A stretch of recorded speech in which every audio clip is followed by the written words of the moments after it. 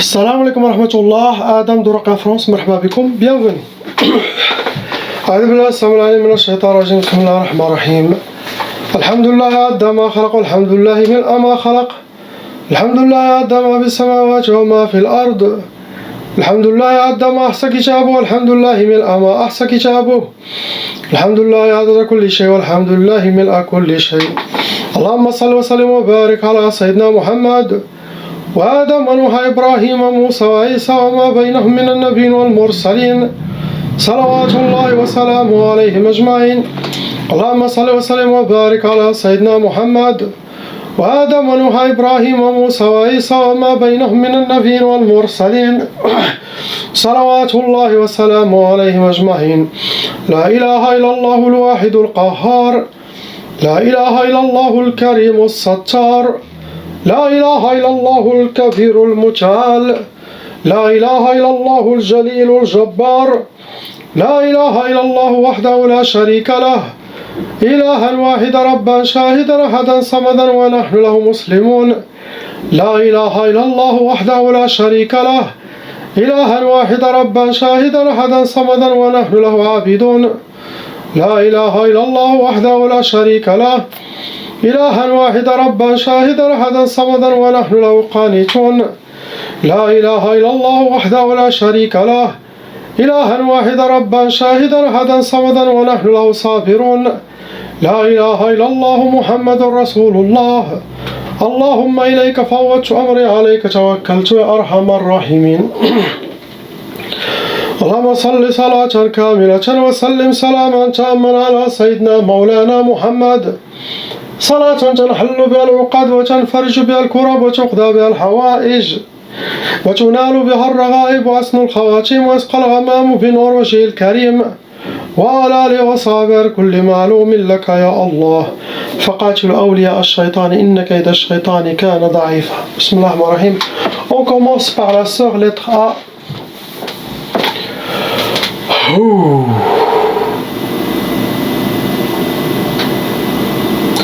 Ma sœur, vous avez khamsa, 5 sorcelleries au total qui sont actives dans votre vie. Il y en a 14 djinns, shayatin qui sont dans votre monde, dans votre corps à l'intérieur et autour de vous. Vous rentrez dans les calours. Parmi les djinns que vous avez, il y en a des djinns les piqûres, les vaccins.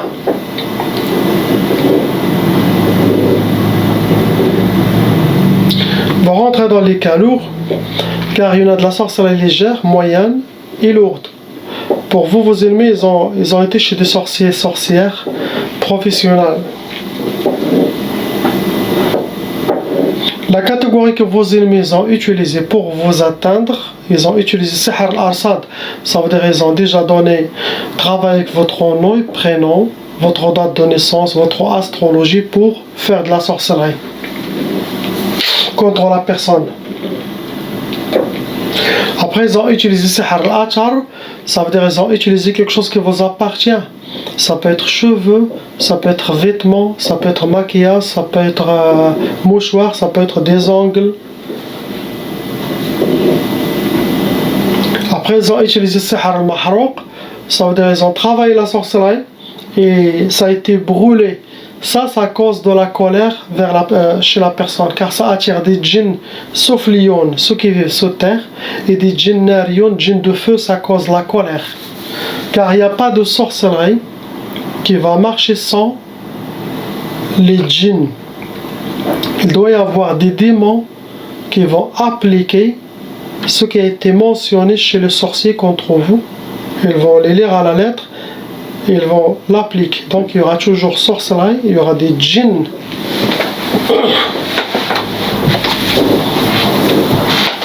Après, ils ont déjà utilisé la catégorie de Sihr al-Uqad. Ça veut dire qu'il y a des gris-gris avec des nœuds. Ou vos ennemis les ont gardés chez eux, sinon ils les ont mis chez vous, cachés chez vous. Première sorcellerie, ça a été Sihr al-Hawatif. Ce genre de sorcellerie, ça peut amener jusqu'à la folie.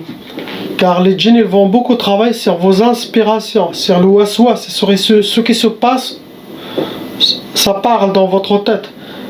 Tout ça, ça va venir de djinn pour que vous preniez les mauvaises décisions, pour que vous aurez développé un côté psychologique, ou même pour que vous perdez votre tête.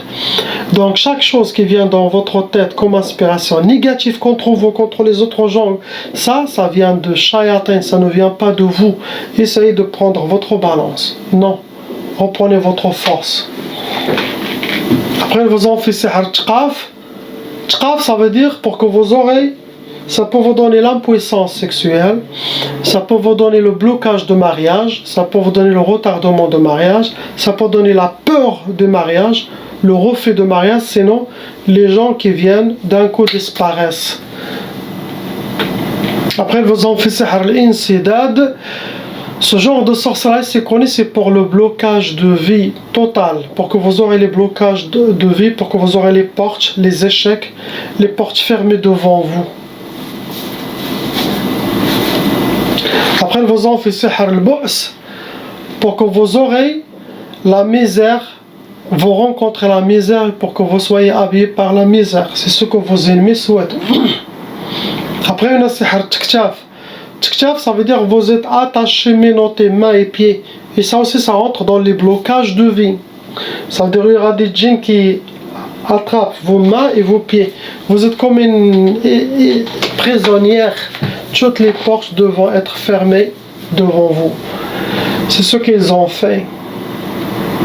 On passe au frère lettre B.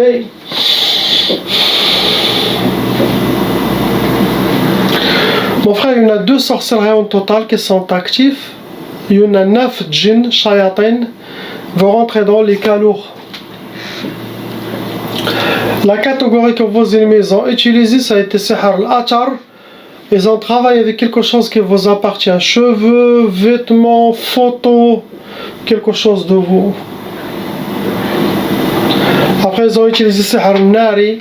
Travail la sorcellerie, ça a été brûlé. Ça cause aussi la colère dans la personne. Les 2 sorcelleries sont lourdes, car la première sorcellerie, ça a été sihr al-junoun. Le junoun, ça veut dire vos ennemis souhaitent la folie pour vous, pour que vous perdez votre contrôle total. Donc faites attention. Vous allez suivre les recommandations à 100%. Soyez toujours positif, plein d'amour. Surveillez vos paroles, vos pas, vos décisions, vos comportements. Vous avez mes vidéos avec tous les conseils. Ça, c'est pour donner à chaque croyant la force et la détermination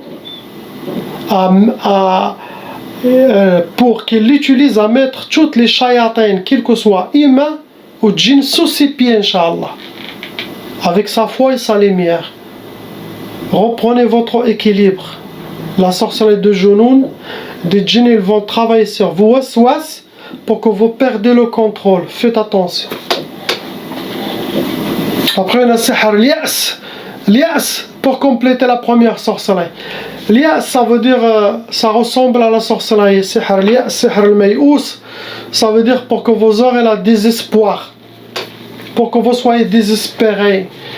Et ça, les shayatans, ils peuvent l'utiliser pour faire sortir quelqu'un de la religion, des droits chemins, pour se sentir seul, visé, développer du côté psychologique.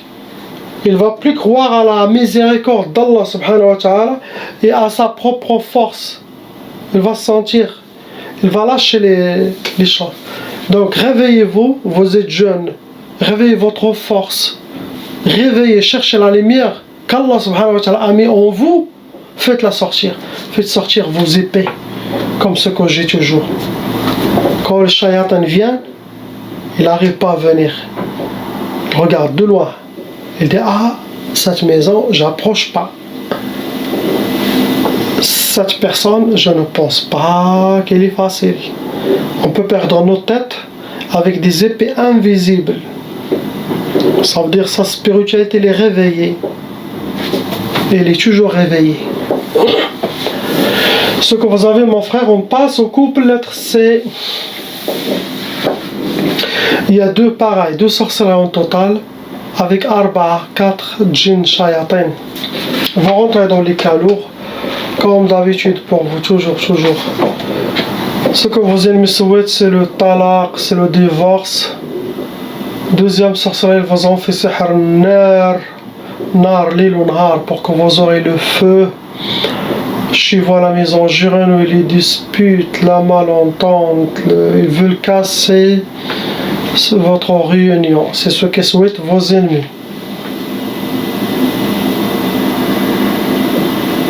Cette fois, ce sont les djinns qui étaient envoyés pour faire la sorcellerie contre vous. Ça veut dire des djinns, ils sont venus, ils ont lit sur vos corps.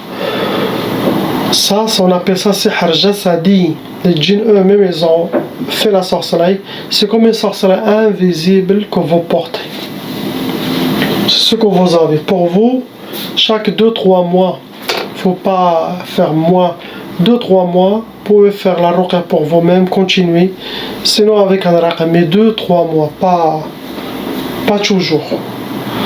Car si on laisse les gens faire les ruqya chaque 2 semaines, 3 semaines, ils vont rester dépendants de Ruqya France et ce n'est pas ça mon but. Mon but c'est que les gens aussi apprennent à enlever leur sorcellerie eux-mêmes, à réveiller leur spiritualité pour atteindre un niveau spirituel très élevé que la sorcellerie et les djinns sont dans un niveau très bas. Ils ne peuvent pas atteindre ici. Ces gens-là ne seront pas touchés. Donc avec les conseils dans chaque vidéo, les recommandations avec sabr et pas à pas, avec le dhikr d'Allah, j'essaie d'amener les gens à atteindre son niveau pour qu'ils ne parlent plus de sorcellerie des djinns. Eux, ils vont sauver les autres gens, car eux, ils étaient déjà dans la mer de sorcellerie des djinns.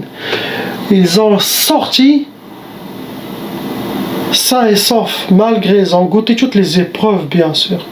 Et quand ils atteignent la surface, leur rôle c'est sauver les autres qui sont en train de noyer, car eux,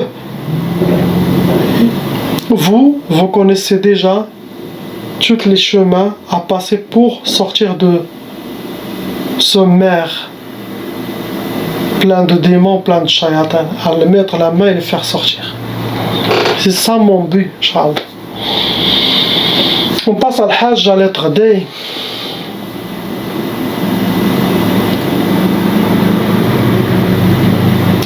Il n'y a pas de sorcellerie, mais il y en a 3 djinns shayatans qui étaient attirés chez elle. Donc il faut savoir c'est quoi qui a attiré ces djinns vers la maman. Possible c'est waswas aussi, car ça parle beaucoup. Il y a que le waswas. Et bien sûr il y en a 3 djinns. Quand quelqu'un reste dans la piège de shaitan qui est le waswas, c'est comme un piège. Il t'attire tout doucement. Des waswas, c'est ça. Les gens commencent à ça. Jusqu'à, s'il est attrapé, il y aura des doutes, il va se sentir visé, il y aura beaucoup de waswas, ça, il va être déséquilibré. Et là, il peut lui-même attirer des djinns. C'est pas le but. Inch'Allah. Vous êtes une femme forte. Ne tombez pas dans les pièges de shaitan. Car il y a 3 djinns qui étaient attirés. Ça sera enlevé, Inch'Allah. Il n'y a pas quelque chose d'autre, le Hajj, Inch'Allah. Possible aussi, c'est mieux de sortir dehors. Il ne faut pas rester toujours tout le temps à la maison. Sortir sans changer l'énergie. Soyez toujours positif, Inch'Allah. Faites beaucoup de dhikr. Et ne portez aucun fardeau des enfants, du mari. Non, non. Il n'y a personne qui peut porter les fardeaux des autres. Car ça nous fatigue. Non. Laissez tout dans la main d'Allah subhanahu wa ta'ala. Votre rôle, c'est prier. Ayez confiance et ne vous inquiétez pas. C'est la vraie.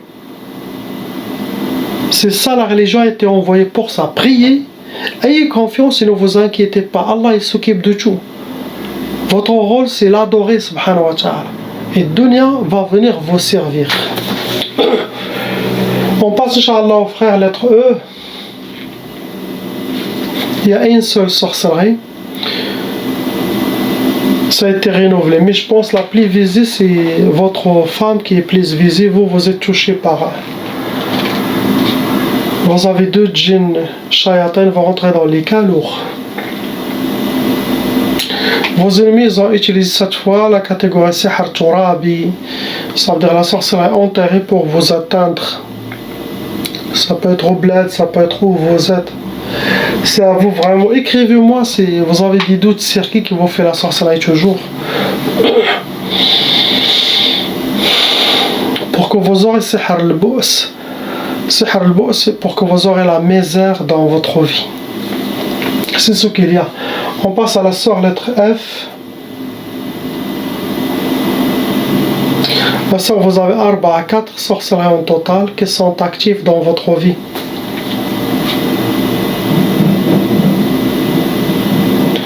Vous avez 11 djinn shayatin. 11. Vous rentrez dans les cas lourds. Aussi, vous avez déjà hérité la tchaba. Qu'est-ce que ça veut dire la tchaba? Ça veut dire si vos parents, si les parents de n'importe qui étaient victimes de sorcellerie des djinns, donc la loi satanique exige que cette malédiction de leur sorcellerie se colle vers tous leurs enfants et leurs descendants jusqu'à 6 générations. Qu'est-ce qu'elle fait, cette malédiction satanique chez chaque personne? Ça les ouvre toutes les portes pour faciliter que les djinns peuvent posséder son corps, peuvent squatter son corps, et vous devenez comme un aimant qui attire la mauvaise œil, l'envie des autres, la négativité. Et aussi cette malédiction, la tchaba, va travailler pour que vous aurez aussi le même sort que vos parents. Ça veut dire que vous aurez sorcellerie djinn dans votre vie, dans votre milieu de travail, pendant votre mariage. Donc chaque personne doit faire la ruqya, Inch'Allah, de la famille. Vos ennemis, ils ont déjà utilisé, ils ont fait des udhiyya, ça veut dire des sacrifices, des offrandes pour Shaitan, pour le sorcier, pour que le travail sera bien fait contre vous, votre famille. La catégorie que vos ennemis ont utilisée,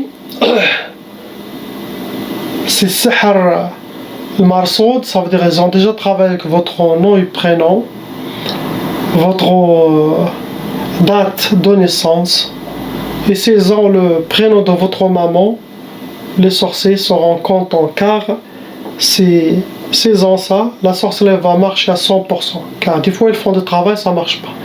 Donc quand ils ont quelque chose qui appartient à la personne, comme attar des traces, quelque chose de lui, sinon nom et prénom, mais celui de sa mère, ça marche. Après, ils ont utilisé Sihr al-Mardoum, ça veut dire la sorcellerie a été travaillée, ça a été mis sous terre. Ça peut être au bled, ça peut être où vous êtes. Et Sihr al-Mardoum, c'est comme la sorcellerie enterrée, ça peut toucher tous les membres de la famille, des fois. Ça marche pour toutes les... Après, ils ont déjà fait Sihr al-Atar, ça veut dire quelque chose qui vous appartient, cheveux, vêtements, maquillage, des ongles, c'est nos photos.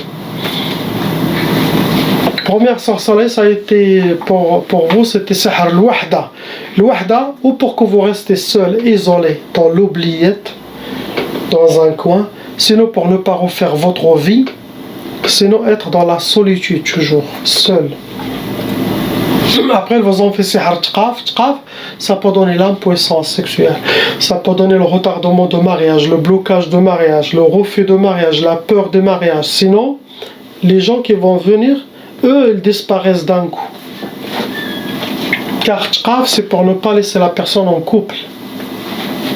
Après, ils vous ont fait Sihr al-Hadid.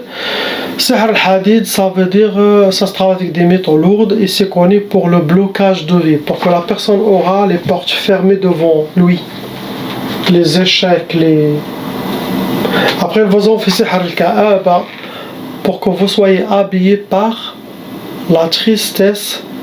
Non, le Ka'aba, pour que vous soyez habillé par le malheur, rencontrer le malheur et vivre le malheur, astaghfirullah, dans votre vie. C'est ce que souhaitent vos ennemis. Inch'Allah, qu'Allah libère tous ces gens, qu'Allah les rend parmi les gens de Sayyidina al-Mahdi alayhi salam,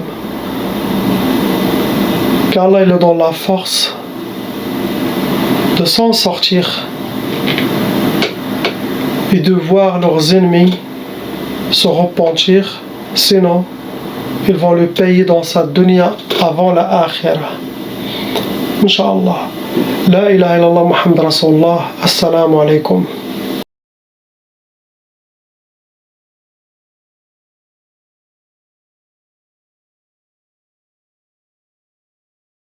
Appelle Cheikh Adam.